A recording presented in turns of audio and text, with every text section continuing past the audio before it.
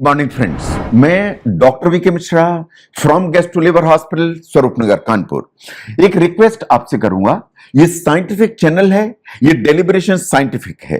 मैं आपसे रिक्वेस्ट करूंगा इस चैनल को सब्सक्राइब करें और इस वीडियो को शेयर करें। आज मैं बात करूंगा पिछली सीरीज के कंटिन्यूएशन में कि अगर आप थोड़ा सा भी खाना आप खाते हैं और आपका पेट फूल जाता है, जिसे अर्ली सेटाइटी कहते हैं, इसको ट्रीट कैसे किया जाएगा, इसको साइंटिफिकली हम देखेंगे कि आपकी कैसे हेल्प की जा सकती है ना। बहुत सारे ट्रीटमेंट के ऑप्शंस अवेलेबल होते हैं। Number 1 is the change in the diet, कि आपका खाने में अगर परिवर्तन होगा उससे फर्क आएगा। Now second is the medication, जो आपको दवाइयां इस्तेमाल होंगी या आपको सप्लीमेंट इस्तेमाल होंगे, उससे फर्क आएगा। बहुत सारे दूसरे ट्रीटमेंट ऑप्शंस हैं जिनके बारे में बात करूंगा मैं। इससे आगे मैं बात करूंगा कि इसमें क्या कॉम्प्लिकेशंस की संभावना है, अगर आपको अर्ली सेटाइटी की प्रॉब्लम है तो इसकी प्रोग्नोसिस क्या है, एंड अल्टीमेटली बात करूंगा मैं कि अगर आपको ये प्रॉब्लम्स हैं तो किस स्टेज पर आपको अपने डॉक्टर को दिखाने की जरूरत है। नंबर बात करूंगा सबसे पहले मैं डाइट के बारे में। सबसे पहले आप अपने देखिए कि आपकी डाइट की हैबिट क्या है, देखिए कि आपका लार्जेस्ट मील क्या है। आप सबसे ज्यादा ब्रेकफास्ट में खाते हैं, आप सबसे ज्यादा लंच में खाते हैं, कि सबसे ज्यादा आप डिनर में खाते हैं।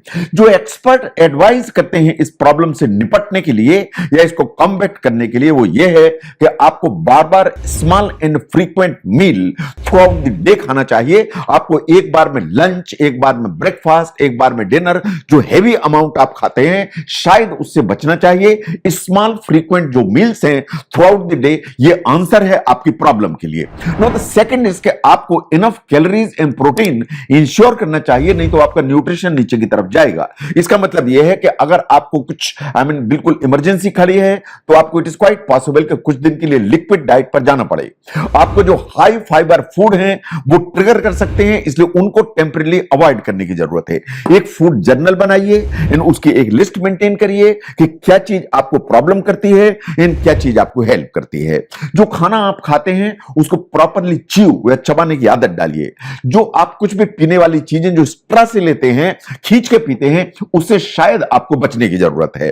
ना जब आप खाना खाते हैं तो आपको स्लोली धीरे धीरे खाने की जरूरत है, इन उसको प्रॉपर चबा के खाइए, ताकि जब आप मुंह में चबाएं तो जो आपका सलाइवा है, सलाइवा ही आपके खाने को डाइजेस्ट करने का काम यहीं से चालू करे, ताकि आपका जो स्टमक है उसको काम कम करना पड़े। तो आपको च्यू प्रॉपरली करना चाहिए ना। जो ओवर ईटिंग की आपको हैबिट है उसे आपको बंद करना चाहिए। आप जो खाना खाते हैं उसके जो पोर्शंस हैं उनकी आपको कंट्रोल करने की आदत डालनी चाहिए ना। कुछ चीजों को ऐड करने की जरूरत है। जितने भी हाई कैलोरी इन हाई प्रोटीन स्नैक्स होते हैं वो शायद आपको हेल्प करेंगे। जैसे प्रोटीन बार्स होते हैं, जैसे नट्स होती हैं, जैसे सीड्स होती हैं, ये अगर थ्रू आउट द डे आप थोड़ी थोड़ी मात्रा में लेते हैं तो ये आपको हेल्प करती हैं। और अगर आप इन चीजों को इस्तेमाल करते हैं तो सही बात यह है कि थ्रू आउट द डे आपको जो थकान होती है, आपको जो लिथार्जी होती है, या आपको जो फटीग लगती है कि बहुत थके महसूस हो रहे हैं, शायद ऐसा आपको नहीं लगेगा। नाउ जो डाइट है उसमें कुछ चीजों को और देखिए। आपको जो फैटी मील है उसको नीचे करके रखने की जरूरत है। तो जितना आप ऑयली फूड कम खाएंगे वो आपके लिए अच्छा है। आपको जो फ्रूट्स एंड वेजिटेबल्स हैं उनको बढ़ाने की जरूरत है, but the through out the day बढ़ाइए थोड़ा थोड़ा, ताकि फाइबर आपको ठीक मात्रा में मिले। आपको फोकस करना चाहिए कि लीन फैट जो ना प्रोटीन, लो फैट प्रोटीन है वो लेना चाहिए। जैसे आप चिकन यूज कर सकते हैं, boiled egg are the best, इनको आप इस्तेमाल करिए। आप फिश इस्तेमाल कर सकते हैं। जो प्लांट बेस्ड प्रोटीन्स हैं जैसे दालें हैं, लेग्यूम्स हैं, सोया है, बीन्स हैं, ये आपको हेल्प करती हैं ना। जहां तक मेडिकेशंस एंड डाइटरी सप्लीमेंट का सवाल है तो सबसे ज्यादा जो यूज हम करते हैं दे आर प्रोकाइनेटिक एजेंट। जो प्रोकाइनेटिक एजेंट्स हैं उनका काम है कि आपकी जो खाने की थैली है या स्टमक, उसकी स्पीड को बढ़ाएं, और इसको स्पीड को बढ़ा के आपके जो खाने की थैली है उससे खाने में जो आपने चीजें खाई उनको स्टीन में इंटेस्टाइन में स्पीड से ट्रांसफर करें। जो यूज करते हैं हम, देयर नंबर 1 इज द मेटाक्लोप्रोमाइड। तो मेटाक्लोप्रोमाइड सबसे पहले यूज होती है। नंबर 2 पे आती है डोमपेरिडोन, और नंबर 3 पर आती है लिवोसेल्पेराइड, और नंबर 4 पर आती है इटोप्राइड। ये चारों के चारों जो मेडिकेशंस हैं ये प्रोकाइनेटिक एजेंट्स की कैटेगरी में आते हैं। नंबर 2 पर आते हैं डाइजेस्टिव एंजाइम्स, जो वैरायटी में अवेलेबल होते हैं, जो मार्केट में ओटीसी में भी अवेलेबल होते हैं। आपके डॉक्टर आपको एंजाइम भी प्रिस्क्राइब कर सकते हैं। Now there are other treatments. कुछ ऐसा किया जा सकता है कि आपकी जो खाने की थैली है उसको गैस्ट्रिक इलेक्ट्रिकल स्टिमुलेशन किया जा सकता है, ताकि आपकी खाने की थैली की जो मांसपेशियां हैं उनको हल्का सा स्टिमुलेट किया जाए, ताकि वो स्पीड करें और खाने की थैली से जो फूड है वो तेजी से आंत में जाए। That's number 1।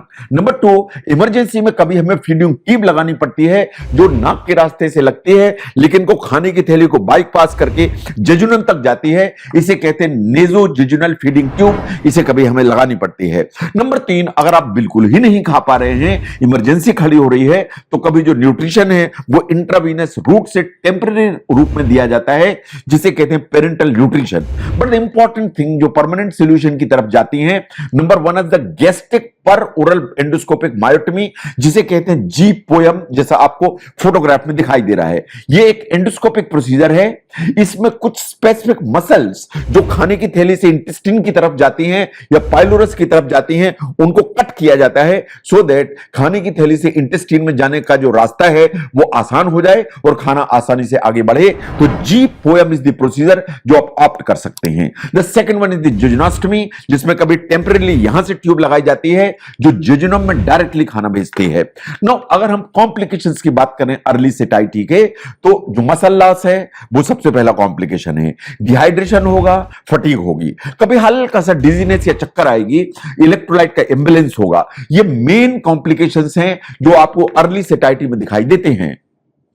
नो, अल्टीमेटली अगर आपको थोड़ा सा भी खाना खाने से पेट फूलता है तो अल्टीमेटली क्या होगा? इट ऑल डिपेंड्स अपॉन कि आपकी अंडरलाइंग प्रॉब्लम क्या है। से फॉर एग्जांपल किसी को डायबिटीज है और डायबिटीज के चलते ये प्रॉब्लम हो रही है, तो डाइट में चेंज होगा, मेडिकेशंस जो है चेंज होगा और स्ट्रिक्ट डाइट ग्लाइसेमिक कंट्रोल होगा या ब्लड शुगर का कंट्रोल होगा। धीरे धीरे धीरे ये जो प्रॉब्लम है ये सेटल हो जाएगी। बट साइंस ऐसा मानती है कि डाइट में जो चेंज किए जाते हैं, जो लाइफ स्टाइल एफर्ट में किए जाते हैं, उनसे मोस्ट ऑफ द जो पेशेंट्स हैं उनको मदद मिलती है। लेकिन अगर आपको लगता है कि आपके सिम्टम्स अनरिजॉल्व्ड हैं इन सब करने के बावजूद, तो शायद आपको अपने डॉक्टर से बात करने की जरूरत है। नाउ, अर्ली जो सेटाइटी है उसमें आपको अपने डॉक्टर को कब दिखाना चाहिए? अगर आपको लगता है कि आप पूरी भरपेट खाना नहीं खा पा रहे हैं और ये सिम्टम कई हफ्तों चल रहा है, आपको लगता है कि आपकी लेट्रिन ब्लैक कलर की हो रही है, आपको लगता है कि अनइंटेंशनल आपका वेट लॉस हो रहा है, आपको नौशिया वॉमिटिंग होती है, अगर ये सिम्टम्स आ रहे हैं तो शायद आपको अपने डॉक्टर से बात करने की जरूरत है। नो, तो at the bottom line friends, आपको जो अर्ली सेटाइटी है उसको ठीक से समझने की जरूरत है। थोड़ा सा भी खाना खाया और आपका पेट फूल गया, इतना फूल गया कि आप अपना भरपेट खाना भी नहीं खा रहे हैं, ये अर्ली सेटाइटी कहलाती है। इसमें कभी नौशिया एंड वॉमिटिंग हो सकती है।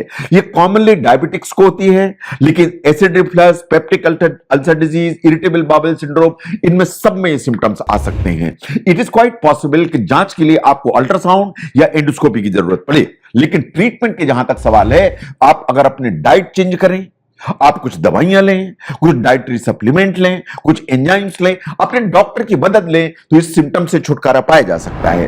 प्रोग्नोसिस अल्टीमेटली डिपेंड करती है कि इसके पीछे अंडरलाइंग कारण क्या है। तो इसलिए अगर आपको लगता है कि कोई अलार्म सिम्टम है या ये सिम्टम जा नहीं रहे हैं, तो जरूर अपने डॉक्टर से बात करें। तो जो अर्ली सेटाइटी है कि थोड़ा सा भी खाना खाने से पेट फूल जाता है, आप खाने को पूरी तरह से कंप्लीट नहीं कर पाते हैं, ऐसा लगता है खाना यहीं पर रखा हुआ है और किसी भी उससे ये ठीक नहीं हो रहा है, तो इसके ट्रीटमेंट लाइन को समझने में इस वीडियो ने अगर आपको हेल्प किया तो इसको जरूर शेयर करें।